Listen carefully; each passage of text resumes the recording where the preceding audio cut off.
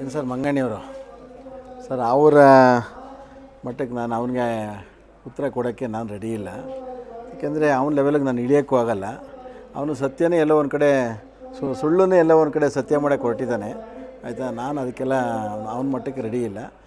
ನಾನು ಹೇಳೋದೇನಂತ ಹೇಳಿದ್ರೆ ನಾನು ಮಾತಾಡೋದಲ್ಲ ಸತ್ಯ ಆಯಿತಾ.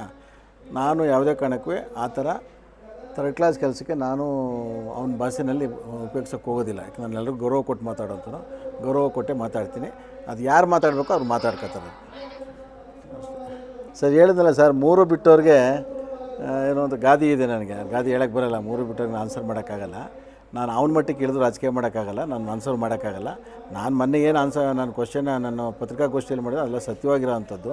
ಅವನ ಮಟ್ಟಕ್ಕೆ ನಾನು ಮಾಡೋಕ್ಕೆ ಹೋಗೋದಿಲ್ಲ. ಮಾಡೋರು ಮಾಡ್ತಾರೆ, ಆದರೆ ಆ ಕೀಳು ಮಟ್ಟಕ್ಕೆ ನಾನು ಇಳಿಯೋಕ್ಕೆ ಹೋಗೋದಿಲ್ಲ. ನನಗೆ ಮಾಗಡಿ ತಾಲೂಕಲ್ಲಿ ಕೃಷ್ಣಮೂರ್ತಿ ಏನು ಅನ್ನೋದು ಗೊತ್ತು. ಅವನಿಗೆ ಬಿಂಬಿಸ್ಬೇಕಾಗಿಲ್ಲ, ಈಗ ಬಂದು ನಾನು ಬಿಂಬಿಸ್ಬೇಕಾಗಿಲ್ಲ. ಹೌದು, ನಾನು ಹೈಕಮಾಂಡು ಅವನೇ ಟಿಕೆಟ್ ಕೊಟ್ಟವನೇ, ಎಲ್ಲ ಮಾಡಿಸವನೇ. ಅವ್ನು ಒಳ್ಳೇದಾಗಲಿ. ನಾನು ಅವನ ಬಗ್ಗೆ ನಾನು ತಕ್ಕರೆ ಎತ್ತಕ್ಕೆ ಹೋಗೋದಿಲ್ಲ. ಚರ್ಚೆ ಫಿಕ್ಸ್ ಮಾಡಿದ್ದೀವಲ್ಲ ಸರ್, 25ಕ್ಕೆ ಬರಲೇಬೇಕು ಸರ್. ಶಾಸಕರಿಗೆ ಅವಮಾನ ಮಾಡಿದ್ದೀವಿ, ಬರಲೇಬೇಕು ಅಂತ ಹೇಳಿದ್ದೀವಿ. ನಾನು ಇವತ್ತು ಮಾತಾಡ್ಕೊಂಬಂದಿದ್ದೀನಿ. ನೀವು ಬರಬೇಕು, ನಿಮ್ಮ ಹತ್ರ ಏನು ಡಾಕ್ಯುಮೆಂಟ್ಸ್ ಇದೆಯೋ ತರಬೇಕು ಅಂತ ಹೇಳಿದ್ದೀನಿ. ಅವರು ಬರ್ತಾರೆ, ರೆಡಿ ಇದ್ದೀವಿ ಸರ್. ನಾವು 25ಕ್ಕೆ ಡೇಟ್ ಕೊಟ್ಟಮೇಲೆ ರೆಡಿ ಇದ್ದೀವಿ ಸರ್. 11 ಗಂಟೆಗೆ ಅಂತ ಹೇಳಿದ್ದೀವಲ್ಲ ಸರ್, 11 ಗಂಟೆಗೆ ರೆಡಿ ಇದ್ದೀವಿ.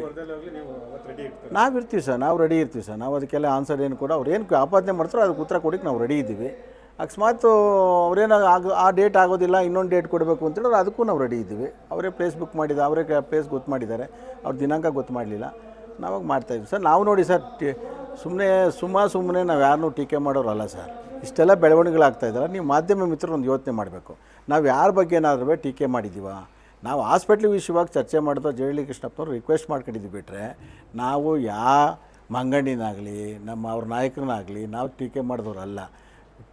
ಇದಕ್ಕೆ ಬಹಿರಂಗ ಚರ್ಚೆ ಕರೆದವ್ರು ಏನಿದ್ದಕ್ಕೆ ನಾವು ರೆಡಿ ಇದ್ದೀವಿ ಅಂತ ಹೇಳಿದ್ರೆ ನೀವು ದಿನಾಂಕ ಗೊತ್ತು ಮಾಡಿದ್ದೀವಿ. ಅವರೇ ಬೆಳೆಸ್ಕೊಂಡು ಏನೋ ಇಲ್ಲದೆ ಇರೋದೆಲ್ಲ ಬೆಳೆಗಳು ಬೆಳೆಸ್ಕೊಂಡು ಹೋಗ್ತಾ ಇದ್ದಾರೆ. ಅವ್ರು ಕೃಷ್ಣಮೂರ್ತಿ ಏನೋದು ಮಾಗಡಿ ತಾಲೂಕಿನ ಜನತೆ ಗೊತ್ತು. ನಾನೇ ಹೆಚ್ಚಿಗೆ ಮಾತಾಡೋಕೆ ಹೋಗಲಿ, ಜನ ತೀರ್ಮಾನ ಮಾಡ್ತಾರೆ. ಈಗ ಪ್ರಮುಖ ವಿಚಾರ ಏನೇನು ಸರ್ ಈಗ ಚರ್ಚೆ? ಸರ್ ಅವ್ರು ಆಪಾದನೆ ಮಾಡ್ತಾರೆ. 600 ಕೋಟಿ ಹಗರಣ ಅಂತಾರೆ, ಮತ್ತೇನೋ ಉಮಾ ಗೋಲ್ಡು ಅಂತಾರೆ ಕುದೂರಿನಲ್ಲಿ, ಪ್ಲಸ್ ಇನ್ನೊಂದು ಯಾವುದೋ ಮಾಗಡಿ ಜಾಗ ಅಂತಾರೆ, ಇನ್ನು ಗೋಮಾಳದ ಜಾಗ ಅಂತಾರೆ. ಇನ್ನು ಏನೋ ಹಲವಾರು ಆಪಾದನೆಗಳು ಮಾಡಿ ಅದಕ್ಕೆಲ್ಲ ಪ್ರೂಫ್ ತರಲಿ, ನಾವು ಅದಕ್ಕೆ ಆನ್ಸರ್ ಮಾಡ್ತೀವಿ. ಅದಕ್ಕೆ ಆನ್ಸರ್ ಮಾಡಿ ಪ್ರಚಲಿತವಾಗಿದ್ದಂಥ ಇದು ಈಗ ಹೆಂಗೆ ಸರ್ ಅಂತ್ಯ ಕಡಬೇಕಲ್ಲ ಸರ್. ಈಗ ಅಂತ್ಯ ಆಗಬೇಕಲ್ಲ ಸರ್. ಎಷ್ಟು ದಿನ ಅಂತ ಅದನ್ನ ಹೇಳ್ಕೊಂಡು ಹೋಗೋಕ್ಕಾಗುತ್ತೆ?